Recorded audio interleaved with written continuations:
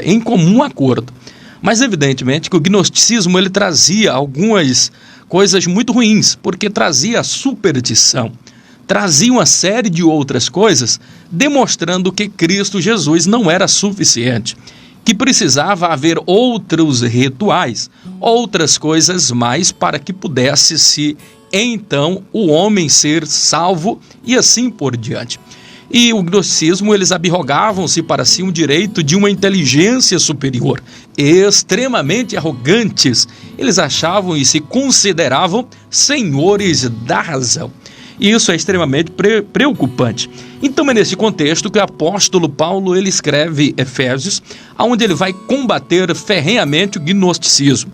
E é a base aqui de estudo da nossa lição aqui, importante nós analisarmos essa questão. E como o foco que nós estamos trabalhando, que vai ser trabalhado em toda essa lição, salvo engano também o ano passado nós tivemos uma lição abençoada, na verdade toda uma revista tratando sobre enfermidades da alma. Então a nossa revista Betel, muito sabiamente aí, mais uma vez retorna ao tema, não de uma forma assim tão presente como foi da outra vez, na outra lição do ano passado, mas esse ano abordando alguns pontos que envolve essa questão da salvação, sobretudo da totalidade do ser humano. Quando falamos totalidade, corpo, alma e espírito. Vamos aqui para o tópico 1 da nossa lição. Tópico 1 da nossa lição, ele vai falar sobre o mapa da nossa personalidade. O mapa da nossa personalidade. Esse mapa é importante nós observarmos.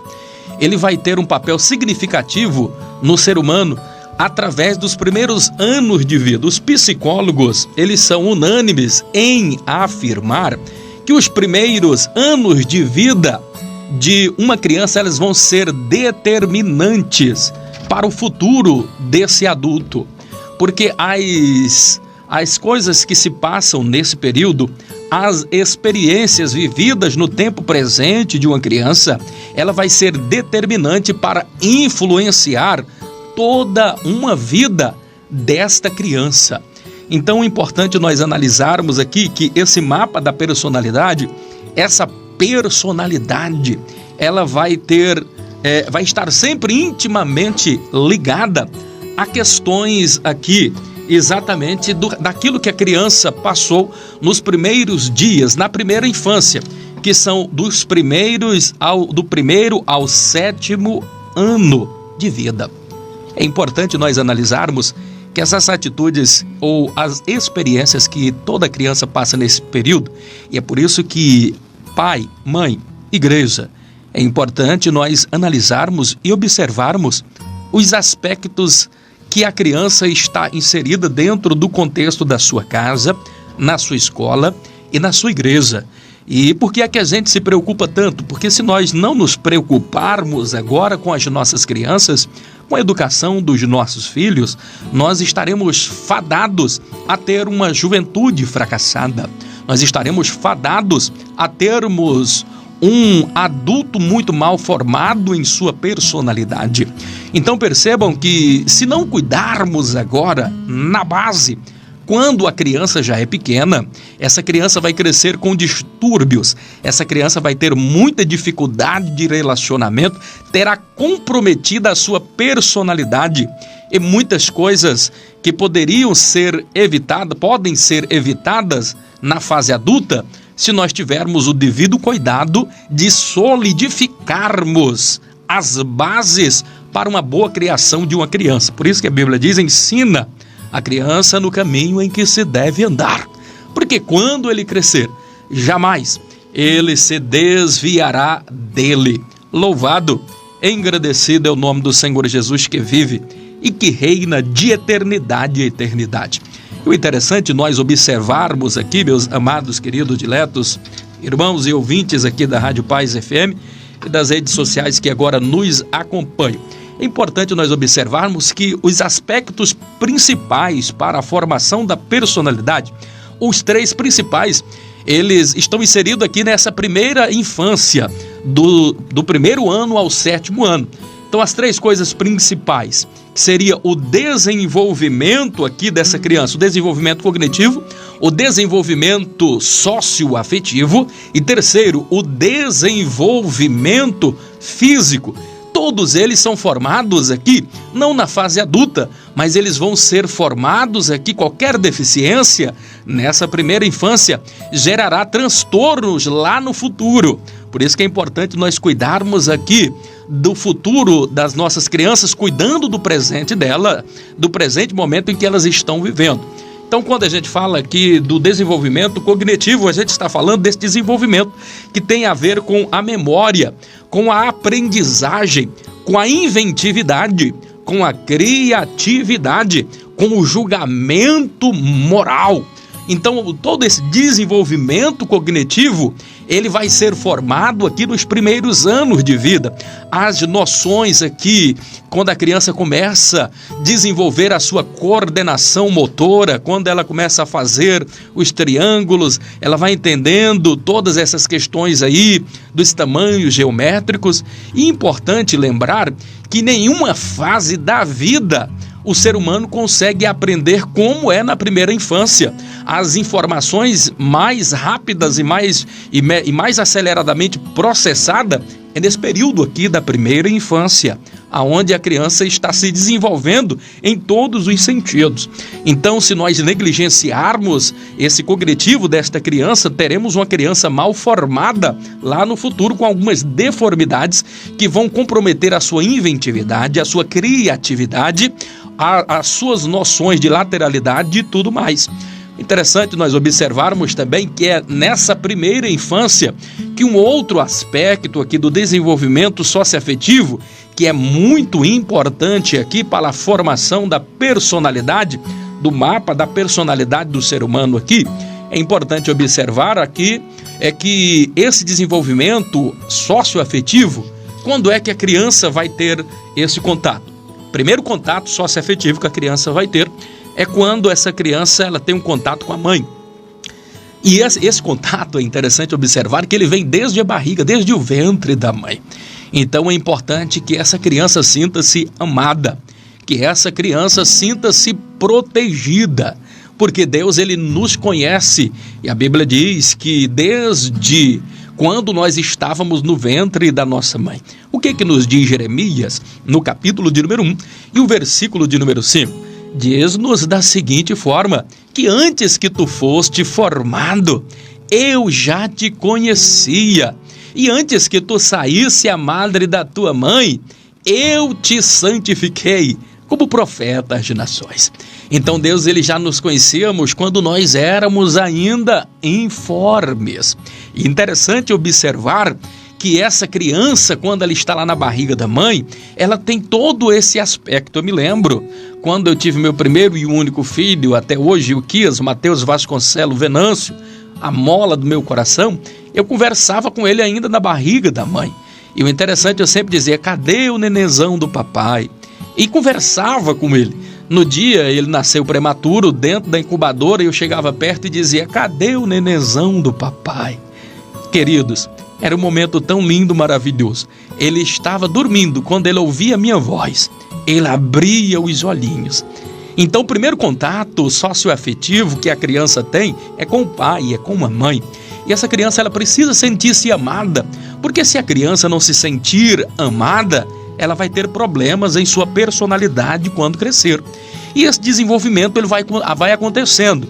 Primeiro nós temos esse desenvolvimento dentro de casa, o relacionamento com o pai, o relacionamento com a mãe, o relacionamento com os primos, com as tias e os tios, é de fundamental importância. Então esse relacionar, nós temos que criar as nossas crianças para se relacionar.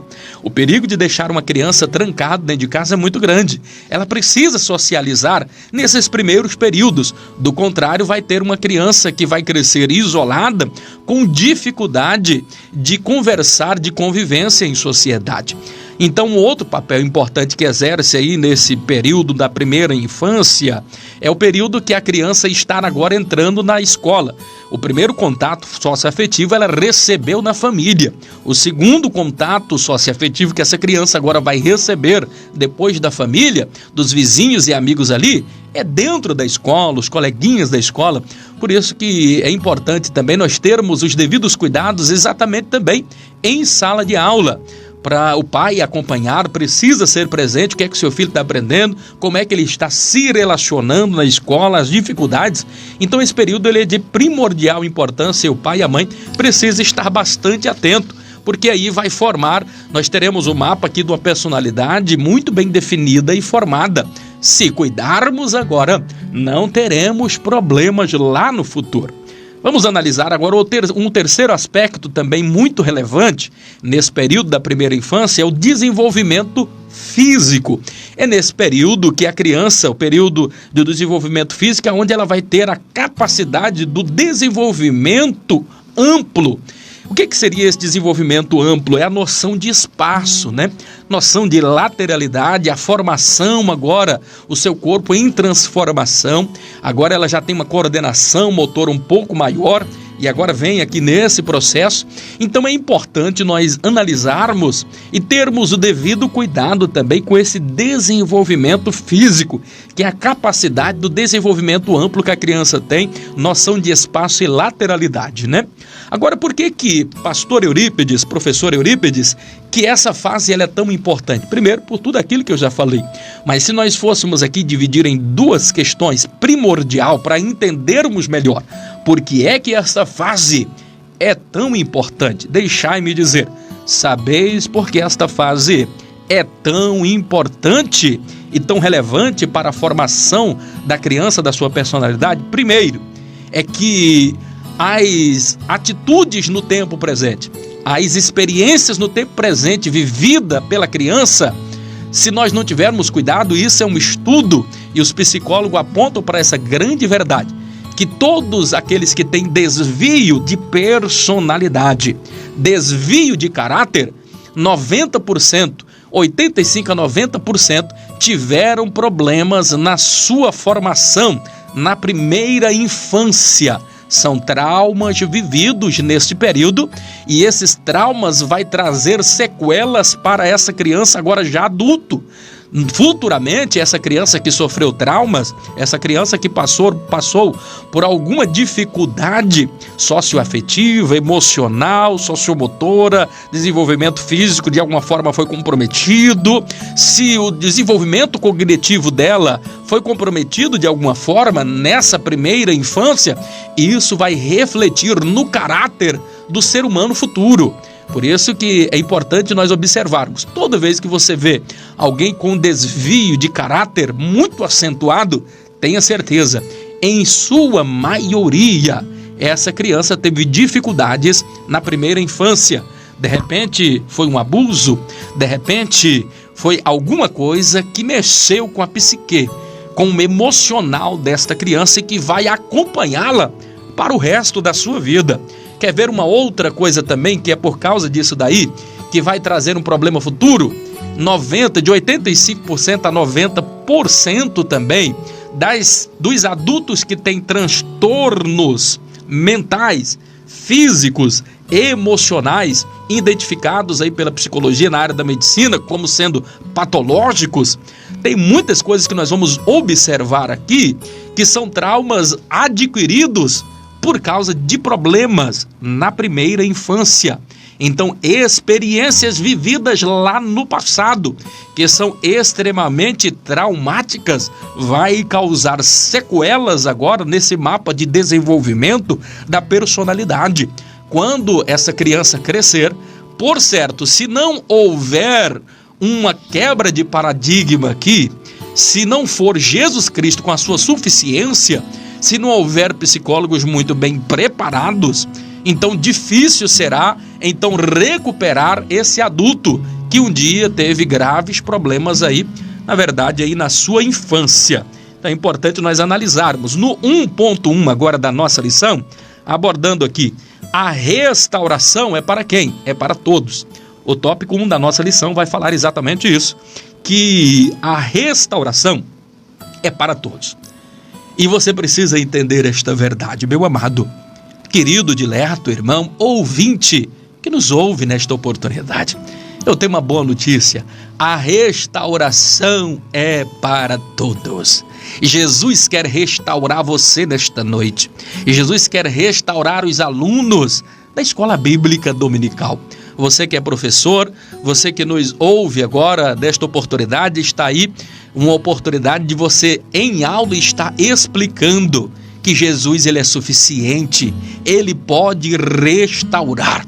Eu tenho uma boa notícia: se o seu vaso está trincado, se o seu vaso está rachado, se a tua vida está sem sabor, está seca, está oca, se está um vazio tão grande, algo lhe aperta o peito, seja uma depressão, seja o que você esteja vivendo, você pode enfatizar isso para os seus alunos. Vocês que nos ouvem nesta oportunidade, eu quero dizer, Jesus quer restaurar você, porque ele é perito em consertar, restaurar vaso quebrado, e ele vai lhe restaurar, ele vai renovar a sua vida, porque Jesus é lindo, Jesus é cheiroso, Jesus é maravilhoso, ele ama você, ele é perito em consertar vaso quebrado. Este vaso que para a sociedade já não tem mais jeito. Este vaso que para a família já está desacreditado. Este vaso que está jogado em um canto, empoeirado, que está se sentindo vazio, inútil, com a vida vazia, oca, sem sentido, sem rumo e sem direção. Eu quero dizer que a tua vida tem jeito. Eu quero dizer que Jesus está aqui para lhe restaurar. Ele é suficiente para lhe trazer e lhe devolver a alegria de viver. Oh, louvado, engrandecido é o nome do Senhor Jesus que vive e que reina de eternidade a eternidade. Eu acho lindo, meus amados e queridos irmãos, e eu gosto de meditar, e principalmente Colossenses. O livro de Colossenses, você encontra muitas coisas importantes, porque ele vai falar sobre o nascer de novo, o tornar-se uma nova criatura. E o verso 10 do capítulo 3 de Colossenses, ele vai falar algo interessante. Ele vai dizer da seguinte forma, que não existe, não há grego, nem judeu, nem circuncisão, e nem circuncisão, nem bárbaro, nem cita, nem escravo e nem livre, mas todos em Cristo, porque Cristo é tudo em todos. Perceberam? Cristo é tudo para a sua vida. E o interessante é que não é só na vida de uma pessoa, é para todos quantos acreditarem, todos quanto nele crer, todo quanto nele confiar, todos quanto buscar ao Senhor. Este Jesus é para todos, essa restauração é para todos. Ele quer te salvar, ele quer te restaurar, mas eu já não tenho mais jeito. Eu quero dizer, você tem jeito, porque quando você mesmo não acredita mais em você, Jesus ainda lhe dá um voto de confiança. O homem pode não esquecer o teu passado, mas Jesus, uma vez quando você se arrepende dos seus pecados, ele já não se lembra mais, fica lançado no mar do esquecimento. Jesus lhe abraça nesta oportunidade. E quando eu falo disso, que Jesus ele é perito mesmo, porque todos têm a oportunidade de encontrar o seu lugar na casa do Pai. Quando eu falo sobre isso, eu lembro de Salmos no capítulo de número 84, salvo engano, e o verso de número 3 diz que até o pardal, percebam, até o pardal encontrou morada na casa do Senhor. Irmão, eu não sei você, eu já morei na roça e eu tinha uma dificuldade com pardal, ô trenzinho tribulento. Me perdoa quem gosta, me perdoa quem acha bonito, mas para mim pardal lá na roça, irmão, era uma tribulação, era uma cantoria estridente que doía o pé do ouvido, é um negócio tão estridente, não deixa aí você em paz. E o interessante é que pardal para mim, lá onde eu morava, ele só prestava para atormentar, cagar na nossa cabeça e criar pixiringa. Não sei se você sabe, na verdade, o que é pixiringa. Eu vou explicar para você que não é rurícola, eu sou lá da roça, eu saí da roça, mas a roça não saiu de mim. Então pixiringa, ele é um negocinho vermelhinho, assim pequenininho, mas pequenininho mesmo, você quase não consegue enxergar, mas ele começa e ele vem assim, se apodera e vem exatamente desse tipo de pássaro, que é o pardal. Eu nunca vi nada produzir mais pixiringa do que pardal, irmão. Você não consegue dormir, fica fervilhando todo o seu corpo, você não consegue matar, tanto de coisa. Então, para mim, quando eu tenho lembrança do pardal, eu tenho péssimas recordações. Eu não conseguia conviver bem com pardais. Agora, o interessante é que o texto diz que até o pardal encontrou morada na casa do Senhor. Irmão, se até o pardal encontrou morada na casa do Senhor, tenha certeza, então você vai encontrar também o seu lugar. Louvado e engrandecido é o nome do Senhor Jesus, que vive e que reina de eternidade a eternidade, tá bom? Meu amado e querido e abençoado irmão, então é importante você analisar aí que a restauração de Jesus, ela é total, na totalidade da sua alma, e é para todos. Creia, não duvide, acredite, Jesus ele quer lhe restaurar. No 1.2 aí da sua lição, em Jesus nós obtemos a nossa restauração. Em Jesus nós obtemos a nossa restauração. Que coisa maravilhosa, irmãos. E quando eu falo que em Jesus nós encontramos realmente a nossa restauração, você pode conferir aí da sua casa, onde você está, preste bastante atenção no que nos diz a palavra de Deus, no capítulo de número 53, de Isaías, o profeta maior Isaías, o verso 4 e o verso de número 5 diz da seguinte forma: verdadeiramente ele tomou sobre si as nossas enfermidades e as nossas dores, ele levou sobre si, e nós o reputávamos como aflito e ferido de Deus e oprimido. Aí o verso 5 vai dizer assim: mas ele foi ferido pelas nossas transgressões, ele foi moído pelas nossas iniquidades. E ele vai dizer na sequência que o castigo que nos traz a paz, o castigo que nos traz a paz, meus amados. Que castigo foi esse? Jesus morrendo ali na cruz do Calvário. Aí vai dizer que pelas suas pisaduras nós fomos sarados, meu amado e querido irmão.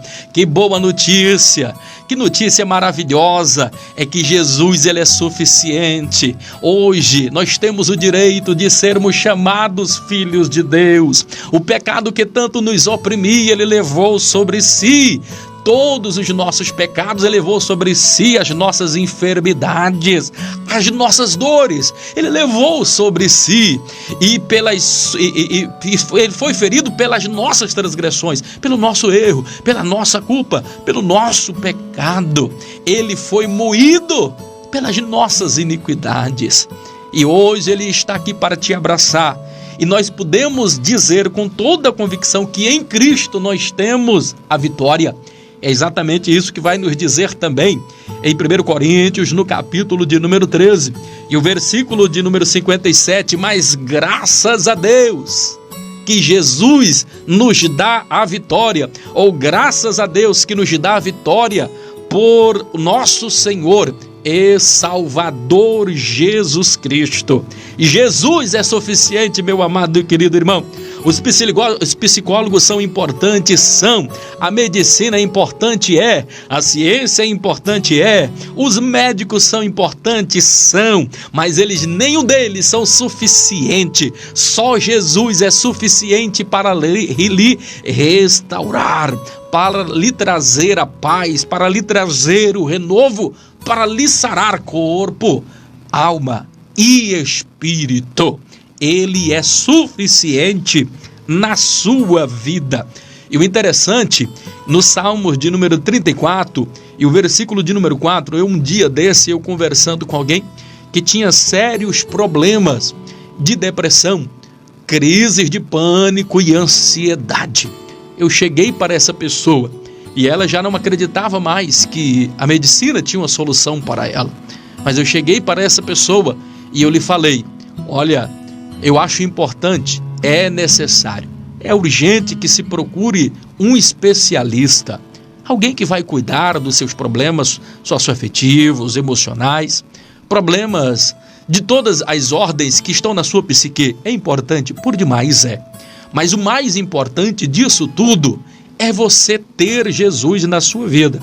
Porque o especialista, ele vai curar aquele problema. Mas a maioria dos problemas são psicossomáticos, resolve um problema e vem um outro problema. Com os remédios é da mesma forma, você toma um remédio que vai resolver um determinado problema, que vai trazer a cura para alguma deficiência ali do teu corpo, mas aquele mesmo remédio que lhe cura, ele vai lhe causar uma dependência em uma outra área. E o interessante é que o homem, ele é limitado. Por mais boa intenção que o homem tenha, que o psicólogo tenha, que a medicina tem, ele é limitado.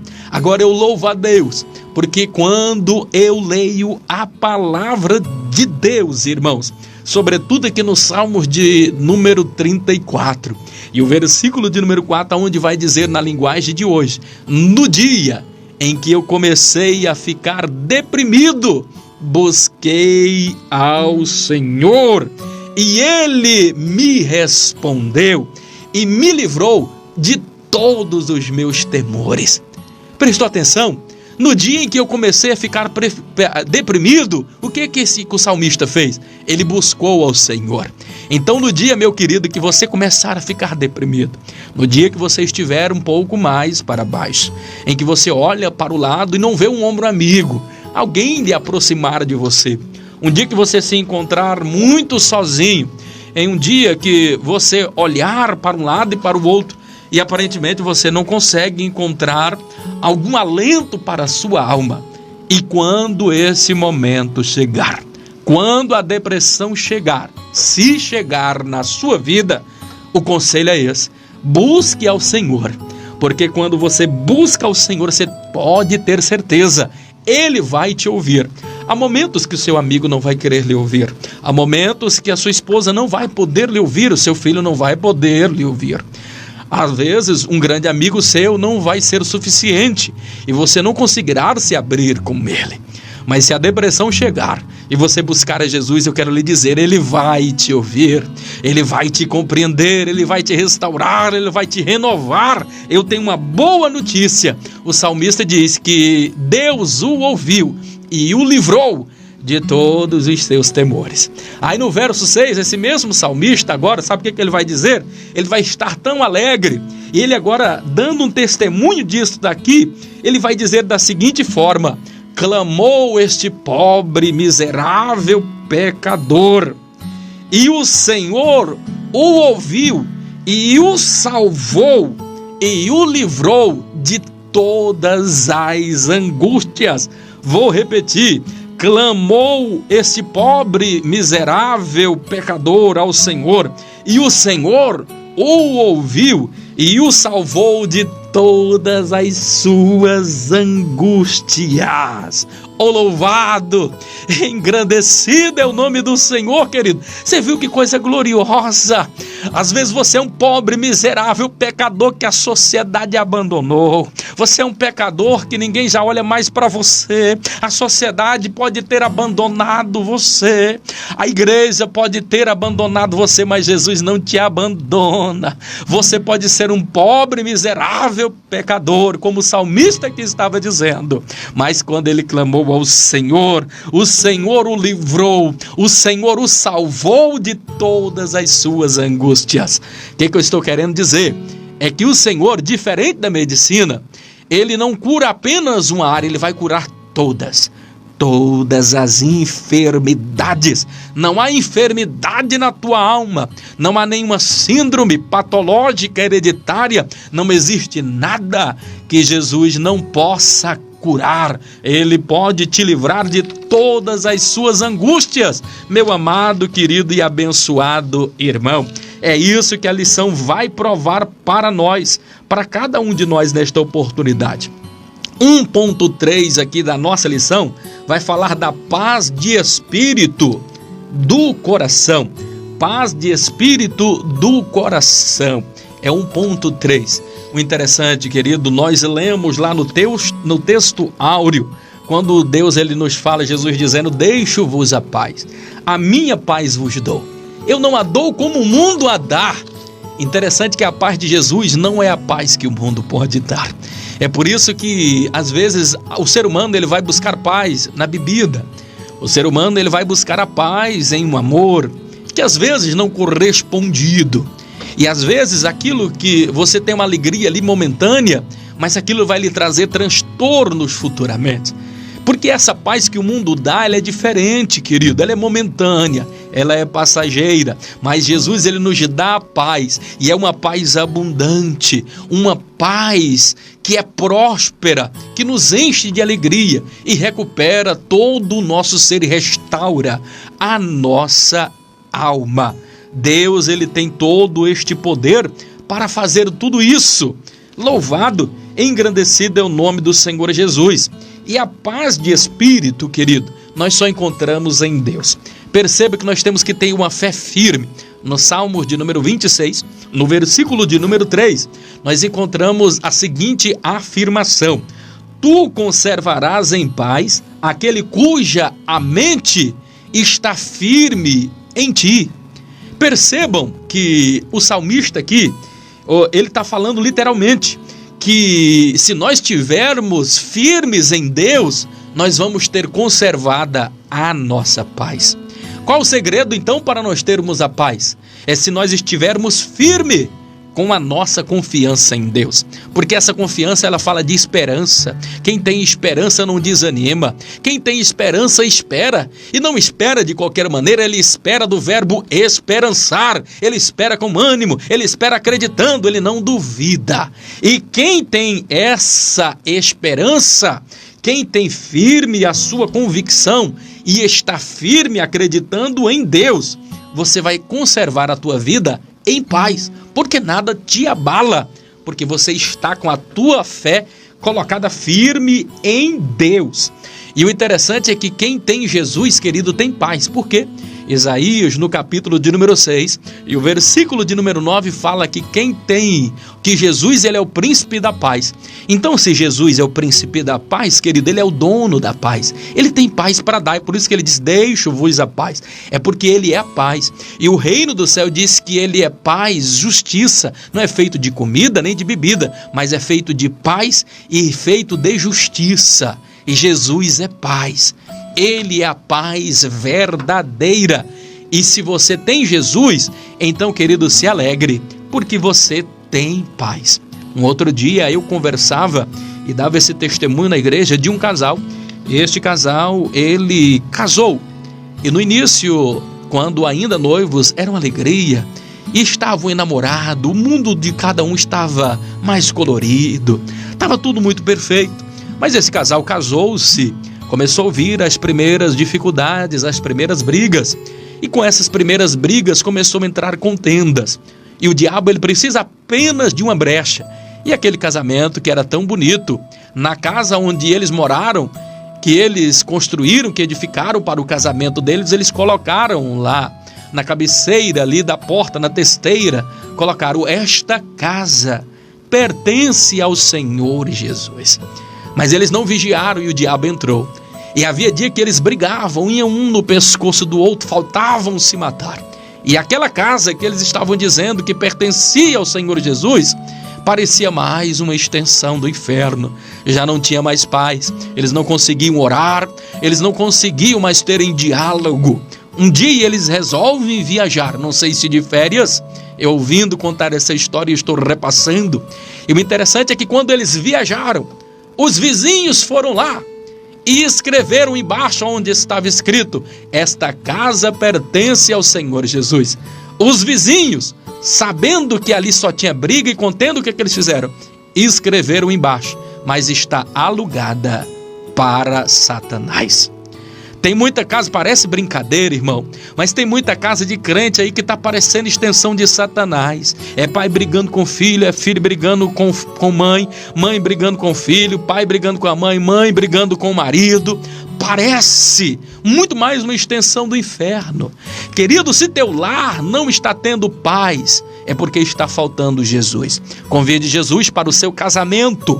Convide Jesus para dentro da tua casa, porque quem tem Jesus tem paz. O que está faltando no teu relacionamento é Jesus, meu amado e querido irmão. Se você já tentou tudo e não tem dado certo, então tente aos pés de Jesus. Ele pode restaurar a tua vida, pode restaurar o teu casamento, pode restaurar a comunhão dos seus filhos. Não desista da sua família, não desista dos seus filhos. Interessante, vamos agora para o 2.2 da nossa lição, porque o tempo passa muito depressa, queridos. Vamos agora para o ponto 2 da nossa lição. É preciso se desprender do passado. O tópico de número 2 vai falar sobre isso. É preciso desprender-se do passado, querido. Tem muito crente que fica preso ao passado. Tem muitas pessoas que vivem infelizes. Vivem uma vida de desabor, uma vida amargurada, uma vida ressentida. Por quê? Porque estão presas ao passado. O seu passado lhe dominou. Eles estão presos. E a neurociência ela vai falar muito desse tipo do eu, que é o eu projetivo e o eu experiencial. O eu experiencial é de agora, mas tem pessoas que esquecem de viver o eu experiencial e querem viver apenas... O interessante é observar, não é o ponto que nós vamos estar falando aqui sobre esses dois tipos de eu, que é o eu projetivo e o eu experiencial. O que faz esses dois tipos de eu? O eu projetivo, ele vive para fora do agora, quer dizer, para fora do presente. Se ele vive para fora do presente, ele vive de que experiência? Então o eu experiencial, ele vive o agora, mas o eu projetivo, ele vive das experiências lá do seu passado e das expectativas do futuro, porque ele vive para fora do agora. E isso é extremamente perigoso. Tem muitas pessoas que ele tem muito eu projetivo aflorado dentro de si. Esse eu projetivo vai sempre o levar para o passado e também esse passado tentando influenciar o futuro lá na frente. E eles esquecem do eu presencial, que é o de projetar todas as coisas. E eu acho interessante, queridos, é porque a neurociência para muitos parece uma coisa nova, mas o interessante é que Paulo, ele já falava de neurociência há quanto tempo lá atrás? Inteligente. Eu olho os escritos de Paulo, hoje em dia fala-se do mundo subatômico, um mundo invisível, e o apóstolo Paulo já falava disso. Nem tudo que se vê é feito do que é aparente. O que é isso? Ele está falando do mundo subatômico. Ele está falando aí de muitas coisas interessantes. E como ninguém, Paulo fala e explica muito bem a questão aqui da neurociência. E como é que Paulo nos orienta? Se nós devemos nos desprender do passado aqui, e é o que vai abordar o tópico 2, nós aprendemos uma valiosa lição dada por Paulo em Filipenses, no capítulo de número 3, e o versículo de número 12 a 15.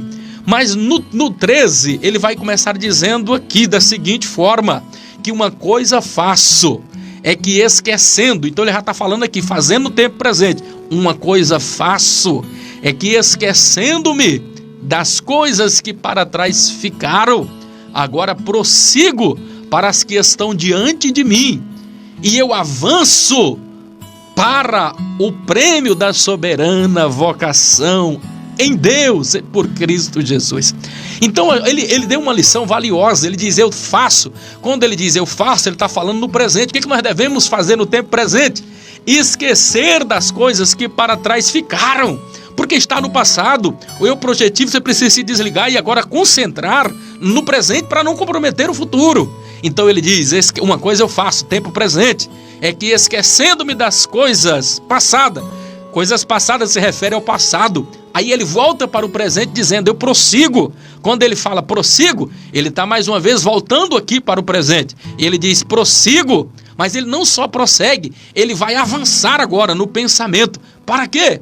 Para o prêmio da soberana vocação dada por Cristo. É o verdadeiro prêmio, que nós aguardamos o céu. O homem que esperar somente nesta vida, esse homem é miserável. O apóstolo Paulo, o que ele estava querendo dizer? Ele estava nos dando uma verdadeira lição, que o homem não conseguirá ser feliz se ele não desprender-se do seu passado. Tem pessoas amarguradas a vida inteira, tem pessoas cheias de mágoas, raiz de amargura, e nunca vão conseguir se libertar e estarão eternamente presas ao seu passado e, por conseguinte, tendo o seu presente comprometido e o futuro sombrio. Por quê?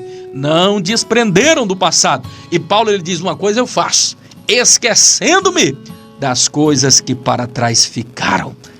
Que lição maravilhosa! E esse é o nosso conselho, querido. Desprenda-se hoje mesmo de tudo quanto lhe faz sofrer. Comece agora a agir no tempo presente para influenciar o teu futuro. 2.1 aqui da nossa lição, meus amados, queridos, diletos e abençoados irmãos, vai falar da seguinte forma: remova as recordações indesejáveis. Remova, queridos, as recordações indesejáveis. Lembra tudo aquilo que lhe faz sofrer, tudo aquilo que lhe causa dano. Nesta oportunidade, arranque da sua vida, jogue fora. É possível, meus amados e queridos irmãos, que quando a gente, mesmo tendo confessado alguma coisa, a gente examina a nossa consciência e alguma coisa ainda nos perturba, nos traz alguma dificuldade. Será que Deus me perdoou? Será que eu me arrependi de fato? Querido, se você se arrependeu de fato, não tenha dúvida, e Jesus já lhe perdoou. Mas alguém ainda não me perdoou. Não tem problema.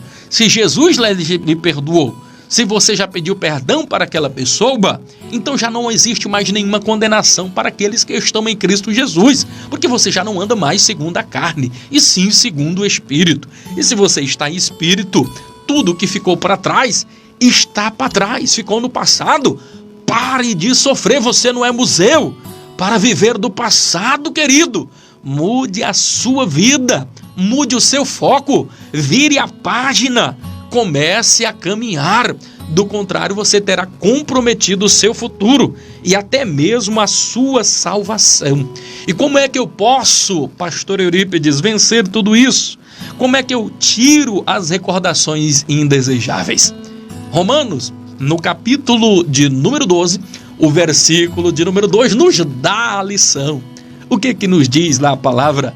Diz da seguinte forma: não vos conformeis com este mundo.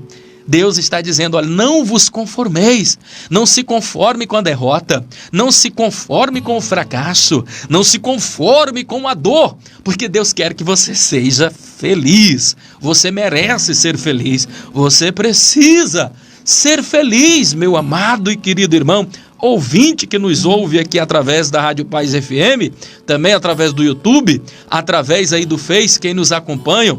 Grande abraço a todos vocês que estão nos dando essa audiência agora aqui, em nome do Senhor Jesus. Que a paz de Cristo lhe alcance nesta oportunidade, meu amado. Romanos, ele vai dizer: não vos conformeis com este mundo, mas transformai-vos pela renovação da vossa mente, para que experimenteis qual seja a boa, a perfeita e agradável vontade de Deus para a sua vida. Sabe qual que é a vontade de Deus? A vontade do homem é lhe destruir. Muitas das vezes é. A vontade do inimigo é lhe jogar no chão, é roubar a tua paz, porque o diabo ele veio para roubar, matar e destruir, mas Jesus ele veio para dar vida, e vida com abundância. Sabe qual que é a vontade de Deus para a sua vida nessa noite? A vontade de Deus para a sua vida nessa noite é uma vontade agradável, é uma vontade perfeita. Então a vontade de Deus é isso, e você precisa conhecer qual seja a boa, porque a vontade de Deus é boa, ela é agradável. A vontade de Deus para a tua vida é perfeita.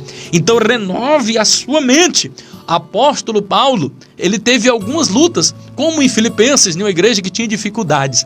Mas quando ele escreve ali Filipenses 1, e o versículo de número 3, ele diz: eu dou graças a Deus, irmãos, por tudo quanto eu me lembro de vós. O que o apóstolo Paulo está dizendo? Será que naquela igreja não tinha ninguém que errava? Será que naquela igreja todo mundo era perfeito? Claro que não, irmãos. Tinha gente de todos os lugares ali. Tinha uma pessoa de vendedora de púrpura, tinha Lídia que era vendedora de púrpura, tinha alguém ali que era romano, tinha outro que era grego. Então havia ali conflitos. Mas Paulo ele olha e diz: eu dou graças a Deus por tudo quanto eu me lembro de vós. O que Paulo está fazendo aqui? Ele não está nem preocupado com os problemas que para trás ficaram, com as dores que para trás ficaram. Ele sabia que tudo quanto, por isso que ele diz: todas as coisas contribuem para o bem daqueles que amam a Deus. Paulo está dizendo aqui que não importa a luta, não importa a dor, ele dá graças a Deus por tudo aquilo que ele passou, ele não fica preso ao passado. E isso é interessante, meu amado e querido irmão, porque ele vai nos mostrar algo revelador também no mesmo Filipenses, no capítulo de número 4 e o verso de número 8, ele vai dizer algo tremendo: quanto mais, irmãos meus, tudo que é verdadeiro, tudo que é honesto, tudo que é justo, tudo que é puro, tudo que é de boa fama, se algum louvor nisso, seja isto que ocupe então a tua mente. Como é que você renova a sua mente? Com pensamentos positivos, com pensamentos de esperança, de uma mente renovada, transformada pelo Espírito Santo de Deus. Pare de pensar em coisas negativas, pare de pensar naquilo que te faz sofrer. Perceba um dos profetas que mais sofreram no Velho Testamento, um dos profetas que pregou e jamais teve a esperança de ver alguém se arrependendo. Eu não digo nem a esperança, não teve a satisfação de nenhum dos seus ouvintes darem crédito ao que ele pregava. Eu falo de profeta Jeremias, e ele escreve as lamentações de Jeremias em um calabouço frio, tudo fétido, e estava horrível, passando os seus últimos dias de vida.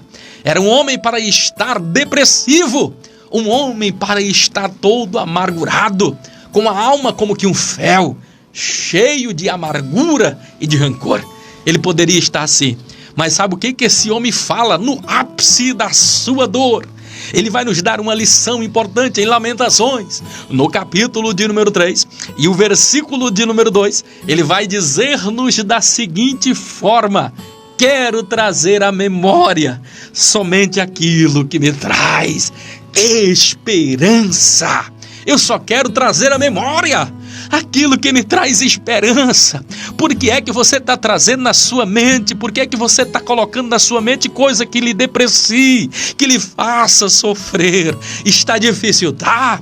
As lutas parecem não ter fim. Eu quero lhe dizer, confie. Acredite em Deus, Ele é a tua esperança. Então traga pensamentos positivos. Eu finalizo aqui esse tópico já dizendo a importância de você tirar os pensamentos indesejáveis.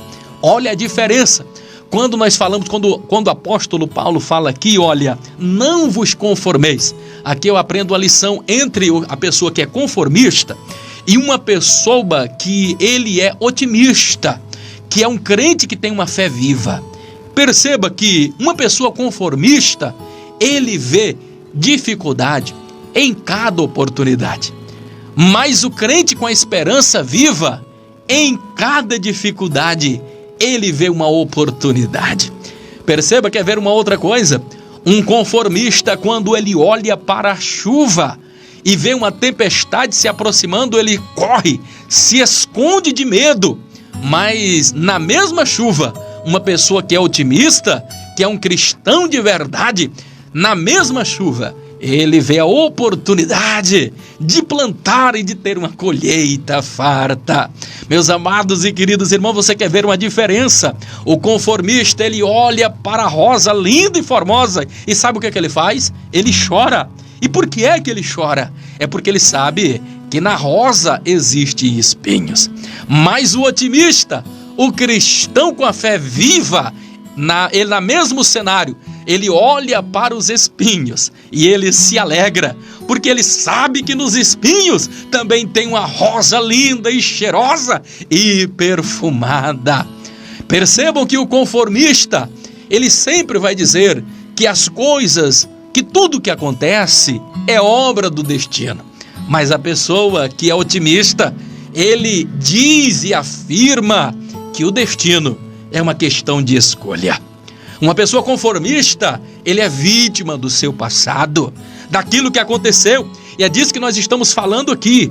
As pessoas que se vitimizam por causa daquilo que aconteceu lá no passado, de repente na sua infância. Mas uma pessoa que é otimista, que tem uma mente renovada, ele é o autor da sua própria história. Não importa o que tenha acontecido, não importa o que tenham feito a ele, não importa o quanto o fizeram sofrer, ele é o autor da sua própria história. Ele não se permite condenar-se, ele é o autor da sua própria história. Louvado e engrandecido é o nome do Senhor Jesus. 2.2 na nossa lição, nós vamos acelerar aqui o tratamento direto na causa e não nos sintomas. O grande erro está aqui. 2.2 da nossa lição, o tratamento que nós devemos fazer é na causa e não nos nossos sintomas. Às vezes você sente um sintoma e você vai tratar um sintoma, mas esquece-se daquilo que é mais importante que a causa. Eu tenho uma pregação que fala 5 atitudes determinantes para mudar o rumo da sua história. E eu prego lá em Gênesis, e eu falo algumas questões ali. E uma dessas questões é que nós devemos tratar seriamente o pecado, senão o pecado nos vence. Então você precisa tratar a causa e não os sintomas. João 8:32 diz assim: conhecereis a verdade, e a verdade vos libertará. O verso 36 diz: se pois o Filho vos libertar, verdadeiramente sereis livres. O interessante é observar que nós devemos confrontar o erro, confrontar o nosso erro. E o principal inimigo a ser vencido é aquele que nós vemos diante do espelho, que é você mesmo, que sou eu mesmo. E nós precisamos confrontar a nós mesmos, conversarmos com a nossa alma. Se você nunca confrontar o seu erro, você sempre viverá nele, na dependência e escravizado por este erro. A negação é sempre destrutiva. Se você não resolver o problema, para resolver um problema é preciso confrontá-lo. Eu citei um outro dia, não sei se na aula passada, uma afirmação de Viviane Jorge, onde ela diz que uma pessoa pega em um ato flagrante delito, 3 coisas ela faz. Primeiro, ela tenta se fazer de vítima. Segundo, ela tenta justificar-se. E terceiro, ela tenta inverter a situação. Mas nós sabemos que isso não é a solução. A solução é confrontar o problema. A solução é arrepender-se. A solução é correr o mais depressa possível para os braços do Pai, porque mais rápido você será perdoado e abençoado. O diabo, ele é moleque, irmãos. Ele conhece todas as suas fraquezas e limitações. Mais de 6.000 anos que ele te conhece e que tem derrubado, ele é expert. Ele tem os seus ardis e ele tem um arquivo lá, como se nós temos um computador e temos o arquivo. O diabo, ele tem o arquivo de todas as nossas fraquezas e falhas. Então, é importante lembrar que até Jesus ele foi tentado. E quando eu falo sobre isso, querido, uma coisa você pode ter certeza na tua vida, isso é importante, é forte o que eu vou lhe dizer. Você nunca impedirá e você jamais conseguirá de fato impedir que a tentação bata em tua porta. Mas é de sua responsabilidade manter a porta fechada. Ele vai bater na tua porta, a tentação, o diabo vai bater, vai usar alguém? Vai! Todos nós passaremos por tentação. Agora é obrigação tua deixar a porta fechada. Não abra a porta, não deixe brecha. Feche todas as brechas, porque o diabo não terá poder de entrar. Eu lembro de uma afirmação de Martinho Lutero, que vai casar muito bem com isso. Ele dizia da seguinte forma, que você jamais conseguirá que pássaros voem por sua cabeça, mas você pode impedir que estes pássaros façam um ninho na sua cabeça. O que eu estou querendo dizer? E o que ele estava querendo dizer? Olha, quando ele diz que é impossível você impedir que os pássaros voem, ele está falando da tentação. É impossível você impedir que a tentação venha na tua vida, mas é tua responsabilidade não deixar que os passarinhos façam ninho na tua cabeça. É responsabilidade tua não deixar que o diabo entre na tua mente, que ele faça morada, que ele faça um ninho na sua cabeça. 2.3. A paz que cura.